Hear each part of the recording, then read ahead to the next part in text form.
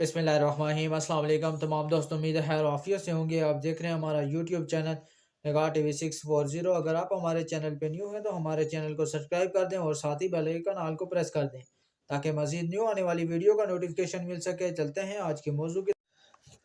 आज का मौजू है रोज़ा किन चीज़ों से टूटता है और किन सूरतों में टूटता है।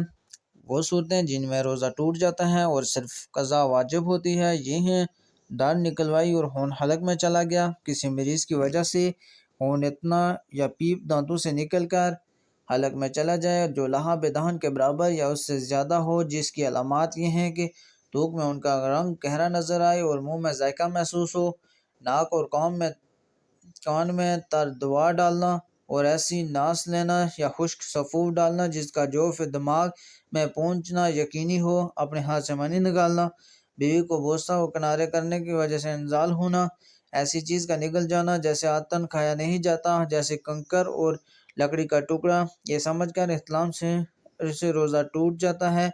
रोज़ा अफ्तार कर लेना, बीमारी या किसी मजबूरी में रोज़ा अफ्तार कर लेना, सहरी का वक्त ख्याल करके सुबह सादक हो जाने के बाद सहरी खा लेना, ये समझ कर आफ्ताब गुरूब हो गया है अफ्तार कर लेना, घोड़ा दौड़ाने से शर्मगाह को हरकत हुई और इंजाल हो गया, इससे रोज़ा नहीं टूटता। अलबत्ता एहतियात ऐसी में है कि कज़ा कर ले, रोज़ा याद हो मगर वज़ू करते हुए या नहाते हुए बिला एहतियात हलक में पानी चला जाए, गुरूब आफ्ताब से पहले चाँद साफ नज़र आया, किसी आलम ने वसूख के अफ्तार कर लेना या फतवा दिया जबकि खुद को इस बारे में मसला मालूम न था इसलिए अफ्तार कर लिया, इस सूरत में कज़ा भी करे और इस्तग़फ़ार भी। अलबत्ता इस आलम पर कज़ा और कफ़ारा दोनों वाजिब हैं।